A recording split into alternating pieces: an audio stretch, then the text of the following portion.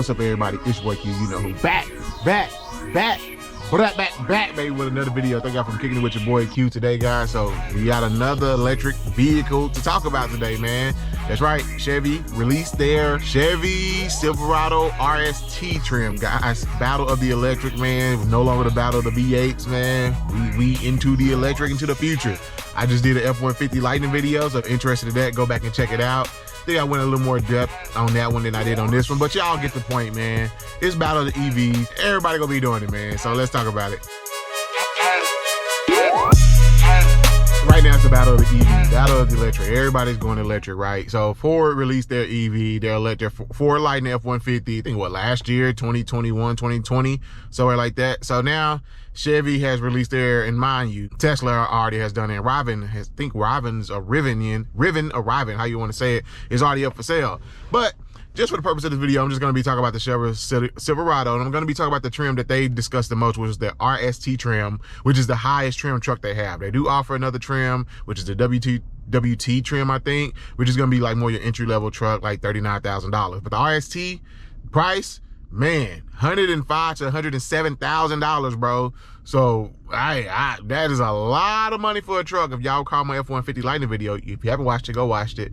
The highest trim, which was the platinum, was $98,000 is what I saw listed. So the RST is a little bit more expensive, good bit more expensive, but it does have, I think, a little more features than the F150 Lightning. So start off, let's go ahead and start with the looks. So with the looks, man, as y'all can see in these pictures, guys, I personally give the looks, I like it. I give it like a solid 9 or 10 out of 10, guys. Like, I think this thing looks really, really good. I love the long LED running strip across the front of it. I love. So the RST trim, if you didn't know, they fitted it with 24s, big 24s off the factory floor. You know what I'm saying? Now, that is something that's really, really cool, and it does look really, really good on this truck, I will say. Like, that is a huge step, I think, for them to go ahead and put 24s on this. Also, if you're looking at this picture right here, man, from the side, come on. We know what that all looks like. It looks like the Avalanche, right? It looks just like an Avalanche. That was my first thought when I saw it. But Chevy is claiming that the Avalanche had no effect or thought into playing this truck. It's just coincidental that it happened that it looks like the Avalanche. But definitely looks like an Avalanche, which was a very popular truck, you know? But, man, I think it looks really good, especially with those 24s. Moving on to the back, has the big LED tail lights that they kind of carried over from the previous Silverado models. I think it's a good-looking truck. Looks very futuristic. I don't think they really missed anything there that I'm looking at. Has the LED fog lights in the front right there. Big, huge grille. And, of course, just like with the Ford Lightning, it comes with a frunk. We don't have a motor. We're all EV. Comes with a frunk. So there is a big trunk in the middle of the in the front of the truck, which, as I said in my F150 Lightning video, if you're a truck owner, that you know, having a truck is cool, but there's not a lot of storage space unless you have a tonneau cover to kind of really store some things. Otherwise, you're kind of just screwed and kind of just fit stuff under your seat wherever you can. But with the frunk, I think it is a plus of them having a frunk there for sure. If you don't know what a frunk is, it's a trunk in the front. So a frunk, boom. Just like that. Staying with the looks, man, you know, looking at the interior, it's a gorgeous interior. I think the screen is a 17-inch screen, all digital display, which is what you can expect from, hopefully expect from an EV vehicle. I bet not find an EV vehicle with not a full digital display. It better not have a digital display. But it looks really, really good. I really like it. It's very driver-centered, kind of how they did their Corvette, you know. Not a lot of buttons. I see there's a few buttons down there for like your AC controls. I do think you do need to keep some buttons in a vehicle. It just kind of is easier as opposed to kind of filling through the screen for everything all the time. So I'm glad they kept some there in on the steering wheel as well. I noticed there's no console shifter. It's on a column is what I read. So to put it in drive and park, you use a little the column shifter right there. So it's you know, some people like that in trucks, some people don't. It depends your preference, but there is no console shifter. It's all column shifting. But I think the interior looks good. Full panoramic sunroof. I think that sunroof can't be opened or closed. I think it's just like a big piece of glass. I don't think it can be opened or closed from what I read. I think they killed it with the interior. I like it. There's nothing that I don't like about this interior. So performance, they are saying that the Chevy RST will get up to about 400 miles, is from what I understand, is what they're saying, which is quite a bit more than the Ford Lightning. So if you saw the Ford Lightning, I think the Ford Lightning was 230 and then standard range battery, and with the ER, extended range battery, you can get to 300. That was it.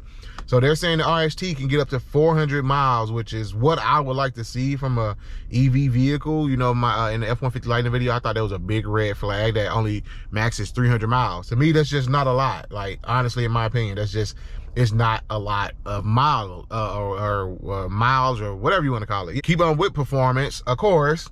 They saying they can tow about 10,000 pounds, which is right in line with the Ford Lightning, as well as payload is, I think, 1,200 to 1,300 for the Chevy RST, while the Ford did offer 2,000 pound payload. So the Ford is a little higher there. Now, I do want to add that Chevy said they are coming out with an EV variant that will offer up to 20,000 pounds of towing capacity. I don't know when they're releasing that, but they said they will have a future Silverado EV that will offer up to 20,000 pounds of towing, which is a lot, and I cannot wait to see it. Now, horsepower and torque. Now, again, I'm only talking about the higher trim model here, guys, just to keep it simple. So they're saying the RST, when I say by data, I mean Chevy, they said that the RST will offer 664 horsepower and 780 feet-pound of torque. That is a lot. 0 to 60 is better than 4.5 seconds. So it definitely has more torque. It definitely has more power than the Ford Lightning. Now, 0 to 60 is about the same as the Ford Lightning claim. So they're about the same there, but the horsepower and torque is a lot more. I can't remember the numbers of the Lightning, but I do know this is more. Also, RST features a drive called Wide Open Watts, which they're calling WOW, W-O-W, Wide Open Watts, and that's going to enable the 660 horsepower and the 700 pound-feet of torque. I think that's pretty cool that they did that, the WOW feature. That's pretty cool. You know, Tesla has a ludicrous mode, which is, I like that as well. I don't think Ford Lightning has anything like that, you know, so it's just something to note. What they haven't said is how much power the RST has in its regular mode. So those numbers I gave you were only in the WOW, wide open watts mode. So keep that in mind. Now, what I think Chevy has kind of knocked this out of the park is they bought back the folding midgate, which is basically what something was found in the Avalanche, but they keep saying that this has no relation to the Avalanche, but coincidentally, this has the same thing as the Avalanche had, the midgate folding. So basically, you can fold the actual gate, but like not your gate to get in the bed of the truck, but to get into the actual cab. You can fold that down. It's a 60-40 split. So like you find in like your in like a lot of your SUVs. So you can actually fold that down, and you can have access to make your bed, basically make the bed longer. So the standard bed is 5.9 feet, I believe. So if you fold that midsection tailgate down, you're now gonna extend it to 10 feet, 10 inches. So that is a really, really big plus. I really, really like that they did that. And also, you know, Chevy has on their tailgate where you can lift the little tailgate piece up as well to extend it even longer. So I really think they killed it with that whole feature right there, because I have a 5'5" bed truck or whatever it is Ford has, F-150 crew cab, and I can tell you there's times where a lot of stuff I carry is it's just too long for my bed, and I kind of, you know, don't wish I had a long bed, you know, but those cases I wish I had a long bed. So the fact that you can do that and fold the seats down to increase that by almost 5 feet is pretty good. I really think they killed it there. Some other interesting stuff that the Silverado has is like the Hummer. So you know Chevy and the GMC did make the Hummer EV. The Silverado will have a 4-wheel steering system, which improves low-speed maneuverability and high-speed towing. The RST will also come with air springs that you can raise or lower the truck by 2 inches. So I think that's pretty cool as well. Now, a lot of you probably wondering, does it have the crab walking feature like the Hummer? No, it does not have the crab walking feature like the Hummer, but that would have been really cool if they did that. Just like the Lightning as well, you can also power other sources with your Silverado EV. So, you know, that's being kind of transitioned all across all trucks, being able to power different sources. Like with the Lightning, you can power home and all that. So they're claiming you can power campfire and, you know, equipment and all that type of stuff. You know, that's kind of, I think that's going to be like a standard option on most EV vehicles. So this will not be released for a little while. We got a little wait, but the production won't start until the second quarter of 2023. So that's pretty late in the year 2023. or mid-year, whatever you want to call it. And the first batch will only be the WT trims. Now, we didn't talk about the WT trims because they really only talk about their RST, which is the highest trim, as I said before. So the fully optioned RST trim won't be available till fall of 2023. So we got a little while to wait. That's really pretty much the Chevy RST in a nutshell, guys. As far as looks, I think it looks pretty good. If I had to pick between the F-150 Lightning and this, I will. Okay, I'm just gonna say this. I think Ford generally sticks to their classic traditional look, right? They don't really push the envelope when it comes to look. They kind of keep it very traditional. Chevy, I think, has kind of been bold with some of their designs, you know, with their truck kind of switching up a little bit. I think the Avalanche look is bold. 24-inch wheels. I think that's a very big push, like a very bold move, you know. I said Ford kind of sticks to their gun. They don't really get outside of their guns. They're just gonna stick to what they know. So that can be a good thing or a bad thing. But I think this thing looks pretty dang good. I will be honest with you. I would love to see it in person. This has a more aggressive look. The Ford has more of a classic look. So, you know, everybody has their own preference. I do think they did a better job incorporating the storage, the extra folding mid-gate. There's a lot of storage under the seats. Not sure if I saw pictures, but if I did, you saw it. Interior-wise, they're about on par, about the same. You know, it's all digital, which it better be all digital. Performance-wise, seem like they're right on par with each other performance-wise. I mean, the tow numbers are about the same. The payload, Ford had a little bit better payload. 0 to 60 about the same, but the RST when wide open watts mode had more horsepower and torque than the Ford did. We're looking at extra $9,000, $10,000 for the Chevy RST. Is it worth it? I don't know. Comment below what you think. I don't know. I mean, they both look great. I like both looks. The RST, I think, just a little bit more aggressive, pushes the envelope just a little further.